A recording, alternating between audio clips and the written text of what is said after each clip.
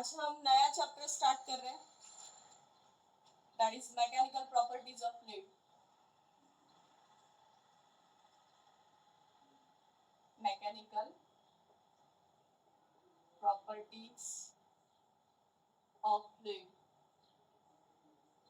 नया चैप्टर है, सेकंड वाला चैप्टर है रोटेशनल डायनामिक के बाद का, दैट इज फ्लूइड। आपको पता है matter consist of three state, that is solid, liquid, gas और एक है दैट इज प्लाज्मा। ये नया है लेकिन इसके बारे में हमें कुछ देखना नहीं है। हम एक स्टेट में ले, ये भी एक स्टेट में आता है, solid, liquid, gas and plasma. ये भी मैटर की स्टेट है लेकिन हम प्लाज्मा के बारे में कुछ नहीं देखेंगे, ठीक है। हम यहाँ पे आते हैं that is solid, liquid and gas. आपको पता है सॉलिड का नेचर क्या होता है, सॉलिड के इंटरमोलिकुलर फोर्स ऑफ अट्रैक्शन ज्यादा होता है, इसलिए वो मॉलिक्यूल्स बहुत क्लोज होते हैं और वो जिस स्टेट में है उसी स्टेट में रहता है। हम उस पर अगर फोर्स भी अप्लाई करते हैं तो फोर्स रिमूव करने के बाद वो अपने ओरिजिनल पोजीशन पे आ जाता है। यानी ये अगर सॉलिड मटेरियल है, मैं इस पे फोर्स अप्लाई करूँ तो ये ऐसे हो जाएगा, छोड़ दूंगी तो फिर से ये अपने ओरिजिनल पोजीशन पे आ जाएगा। यानी इसमें कोई चेंजेस नहीं, उसका शेप और साइज में इसके कुछ चेंजेस नहीं होगा सॉलिड के। लेकिन उसके जगह हम लिक्विड या गैस पे अगर कोई प्रेशर अप्लाई करते हैं या फोर्स अप्लाई करते हैं तो वो उसका डायमेंशन चेंज करता है, यानी उसका शेप चेंज करता है, साइज चेंज करता है। हमने देखा है कि इसका वॉल्यूम फिक्स होता है, इसके वॉल्यूम में कोई चेंजेस नहीं होता है। लेकिन लिक्विड और गैस की वॉल्यूम में चेंज होता है। हम जिस कंटेनर में उसको भरेंगे, जिस शेप में उसको ढलेंगे, उस शेप के हिसाब से उसमें क्या होते जाता है, उसका वॉल्यूम चेंज होते जाता है। हम यहाँ पे इन दोनों के बारे में देखेंगे, लिक्विड एंड गैस। मैक्सिमम हम लिक्विड पे आते हैं क्योंकि फ्लूइड यानी क्या, that is flow. Simple meaning, fluid का मीनिंग क्या होता है, जो फ्लो होता है उसे हम क्या बोलते हैं, फ्लूइड। अब फ्लो क्या होता है, लिक्विड फ्लो होता है, गैस फ्लो होता है, सॉलिड फ्लो नहीं होता है। फ्लो कौन सा होता है, सिर्फ लिक्विड और गैस, ये दो मटेरियल ऐसे हैं जो फ्लो होते हैं। इसलिए फ्लूइड के कंसेप्ट में कौन से आएंगे, सिर्फ लिक्विड एंड गैस। ये दो प्रोडक्ट है, दो मैटर की स्टेट है जो हमारी किस कंडीशन में आती है, फ्लूइड के कंडीशन में आती है। तो what is mean by fluid, a substance that can flow, that is a fluid. उसे हम क्या बोलते हैं, फ्लूइड। जो फ्लो कर पाता है उसे हम क्या बोलते हैं, तो फ्लूइड बोलते हैं, ठीक है। अब देखो फ्लूइड में अगर जाते हो आप, जैसे हम इसमें ज्यादातर हम लिक्विड का कंसेप्ट यूज करेंगे, सॉलिड और लिक्विड इन दोनों में थोड़ा सा पहले कंपैरिजन लेते हैं। अगर हम सॉलिड मटेरियल लेते हैं, जैसे एक ये टेबल है और इसे ये एक आदमी है जो इसे पुश कर रहा है, पुश करेगा तो ये थोड़ा सा ऐसे उठ जाएगा, ऐसे उठ जाएगा, लेकिन जैसे ये छोड़ देगा तो ये फिर से अपने ओरिजिनल पोजीशन पे आ जाएगा। लेकिन इसके जगह एक पानी से भरा हुआ जग है, यहाँ पे कंटेनर है, और इसको इसने उलट दिया, इस पे फोर्स अप्लाई किया, फोर्स अप्लाई किया तो लिक्विड बाहर फ्लो होना स्टार्ट हो जाएगा। अब ये जैसे ही मैं इसका फोर्स निकाल डालू तो लिक्विड अपने फिर से कंटेनर में आके बैठ जाता है क्या, नहीं होता है ऐसे। यानी हम इसमें बोल सकते हैं कि यहाँ पे हम जब फोर्स अप्लाई करेंगे तो ये शियर मॉडुलस अप्लाई करता है। शियर मॉडुलस यानी क्या, change in shape. Shear modulus आपने पढ़ा है इलास्टिसिटी में 11th में।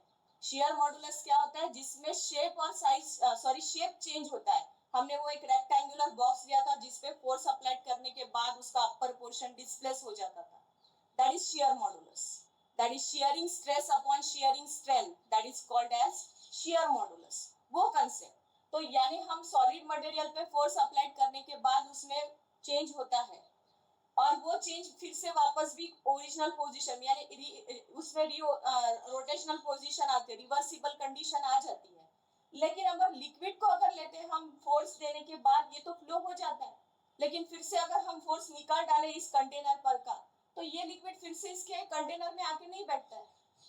यानी ये शियर मॉडुलस को क्या करता है, अपोज करता है। फ्लूइड शियर मॉडुलस को क्या करता है, अपोज करता है। सॉलिड अपोज नहीं करता है, लेकिन जो फ्लूइड होता है वो शियर मॉडुलस को क्या करता है, अपोज करता है। यहाँ पे शियर मॉडुलस फ्लूइड के लिए क्या हो जाएगा, दैट इज जीरो।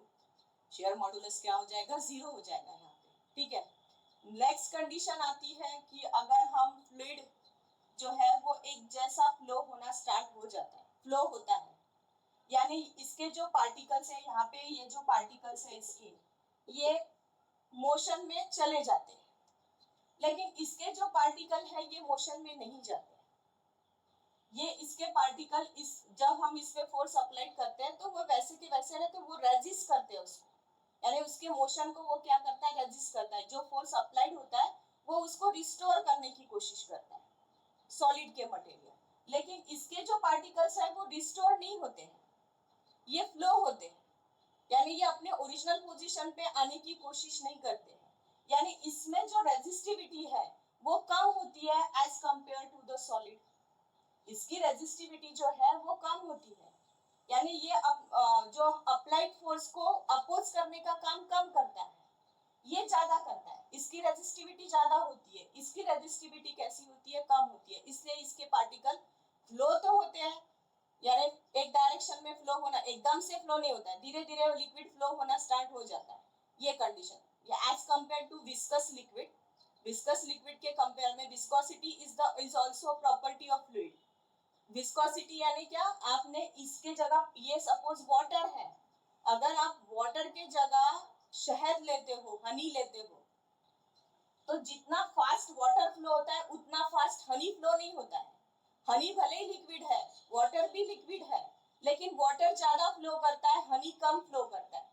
यानी उसका जो फ्लो, यानी गिरने की जो मोशन होती है वो धीरे धीरे धीरे धीरे गिरता है। वो चम्मच में से आप पानी डालोगे तो ज्यादा फास्ट फ्लो होगा, लेकिन वही हम हनी को अगर पानी में मिलाने की कोशिश करेंगे तो वो धीरे धीरे धीरे धीरे उसमें मिक्स होता है, या चम्मच में से धीरे धीरे निकलता है।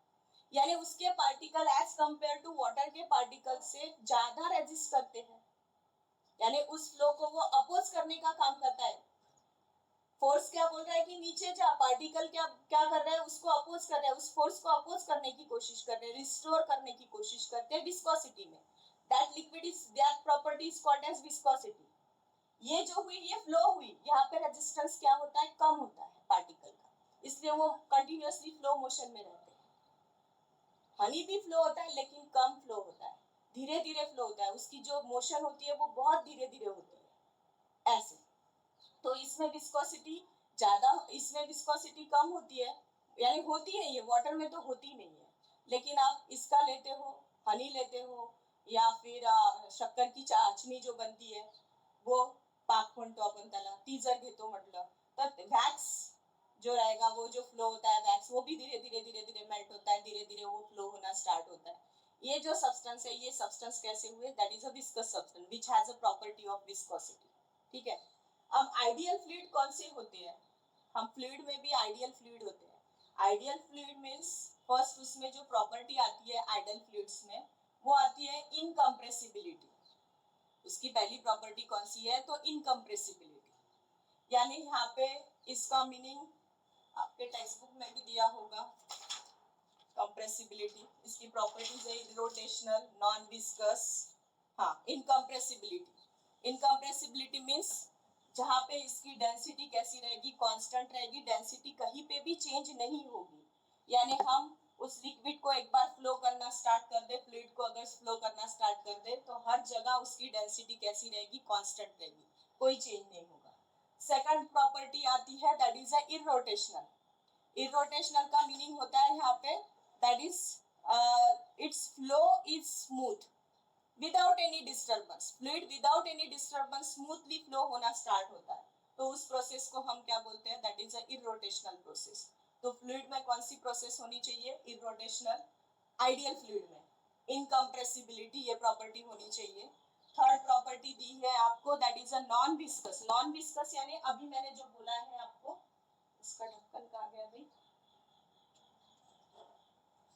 नॉन विस्कस मीन्स क्या होता है, there is a no internal restoring force, इस पे कोई भी इंटरनल रेस्टोरिंग फोर्स नहीं रहेगा, यानी वो उसको रिस्टोर करने की कोशिश, उसके मॉलिक्यूल्स रिस्टोर, फोर्स रिस्टोर करने की कोशिश नहीं करेगा, तो that is a non viscous. Last आता है फ्लो इज स्टेडी, यानी ये कंटिन्यूअसली फ्लो होते रहेगा, इसकी हर पॉइंट पे, हर जगह पे वेलोसिटी कैसी रहेगी, कांस्टेंट रहेगी, उसे हम क्या बोलते हैं, that is a flow is steady. तो ये प्रॉपर्टी जिसमें रहेगी वो कौन सा फ्लूइड हुआ आपका, that is a ideal fluid. उसे हम कौन सा फ्लूइड बोलते हैं, तो आइडियल फ्लूइड बोलते हैं, ठीक है।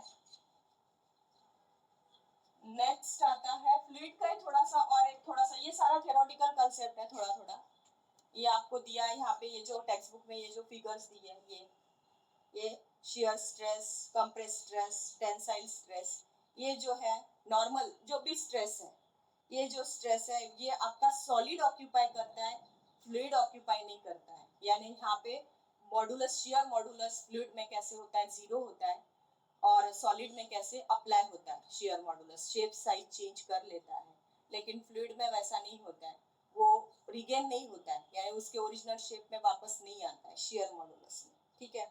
नेक्स्ट आपको फ्लूइड की और कुछ प्रॉपर्टीज दी है, properties of fluid, that is they do not oppose deformation, deformation को अपोज नहीं करता है, अभी बताया मैंने, एक बार वो फ्लो होगा वापस डिफॉर्म यानी रिगेन नहीं होगा, यानी डिफॉर्मेशन वो क्या करता है, अपोज करने का काम करता है, दैट इज परमानेंटली डिफॉर्म, वो परमानेंटली डिफॉर्म हो जाता है।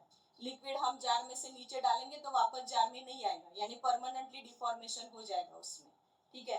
They have ability to flow, liquid में फ्लो की एबिलिटी होनी चाहिए। थर्ड दिया है, they have ability to take the shape of the container, किसी भी कंटेनर में आप उसमें डालोगे तो उस टाइप का वो शेप, फ्लूइड जो है, गैस बोलो, फ्लूइड में गैस भी आएगा, लिक्विड भी आएगा, ठीक है। तो वो जिस कंटेनर में आप उसको डालोगे उस टाइप का वो शेप क्या कर लेगा, ऑक्यूपाई कर लेगा, ठीक है। नेक्स्ट कंसेप्ट आता है आपका, that is fluid at rest, fluid at rest.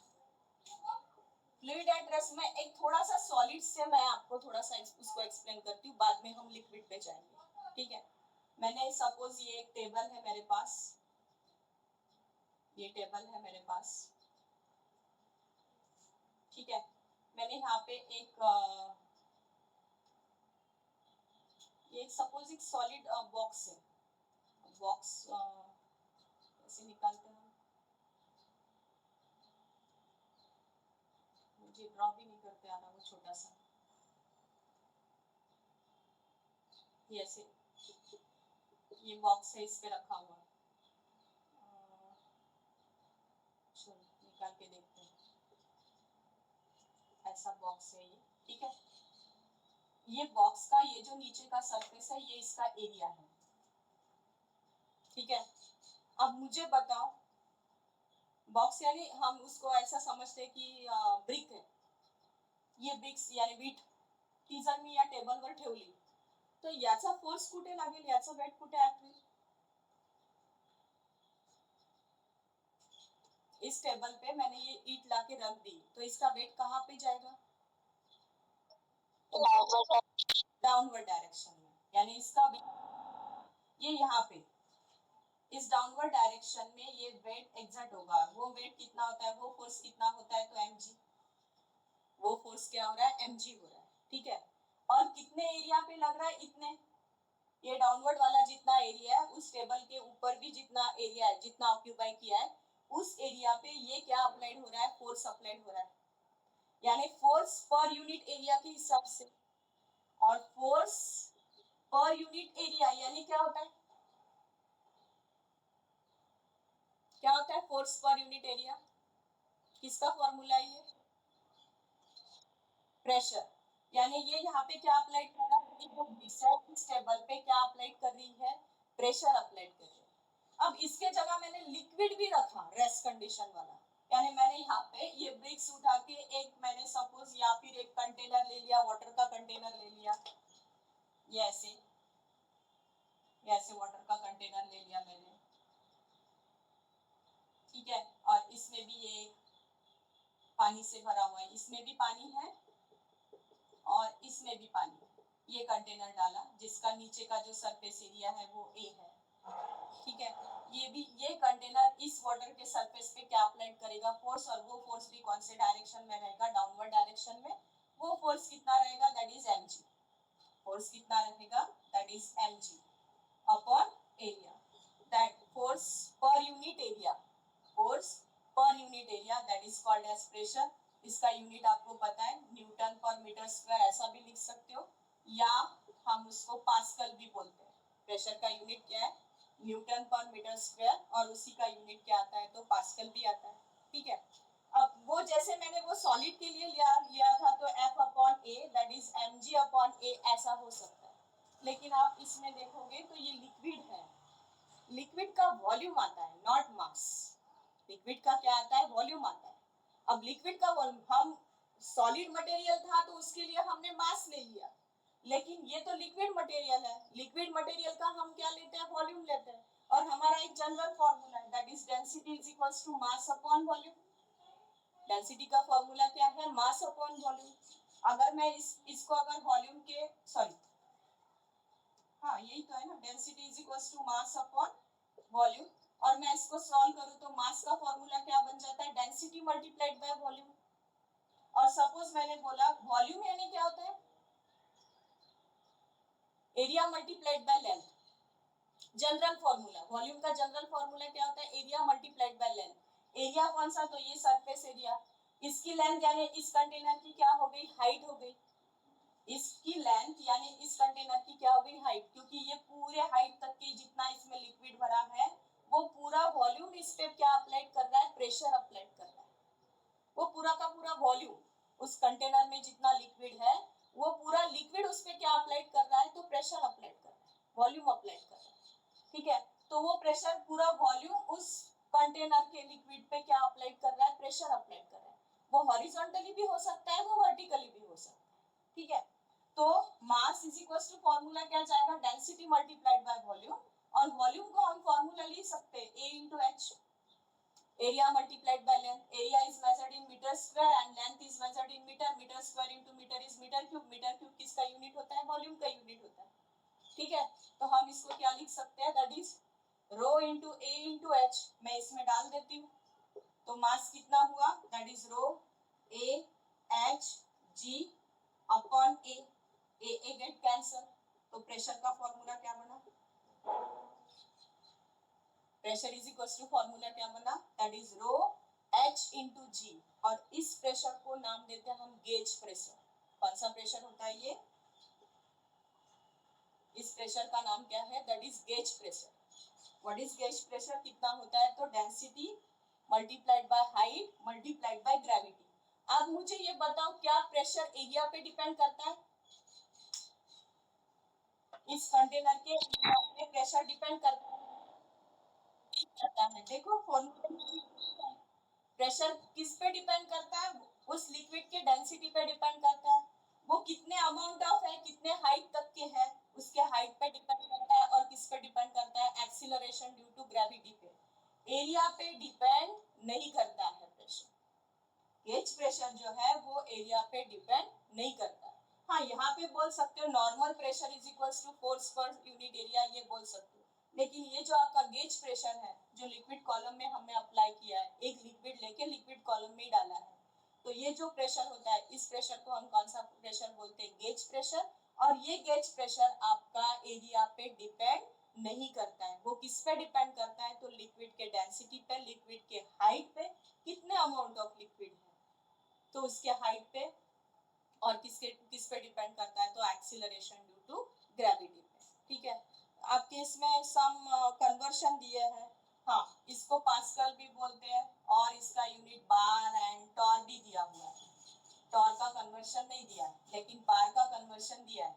1 bar is equals to 10 raise to the power 5 pascal, ऐसा दिया हुआ है। और एक दिया है 1 हेक्टा पास्कल, वो मुझे लगता है 10 रेज़ टू द पावर 2 है।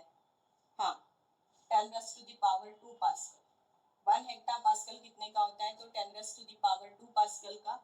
1 बार कितने का होता है? तो 10 raise to the power 5 pascal का। अगर आपको बार में या टॉर में दिया हो तो आप उसको इसमें कन्वर्शन कर लो, 10 raise to the power 5 pascal. और ये तो पता ही है आपको, 1 न्यूटन मीटर स्क्वायर यानी क्या होता है? तो पास्कल होता है। ठीक है, ये सारे कन्वर्शन है इसमें। हमने प्रेशर का फॉर्मूला बना लिया, that is force upon area. और गेज प्रेशर का भी फॉर्मूला बनाया, that is density multiplied by height multiplied by gravity. ठीक है, इसमें देखो किसी को कुछ प्रॉब्लम है क्या? देखो इसमें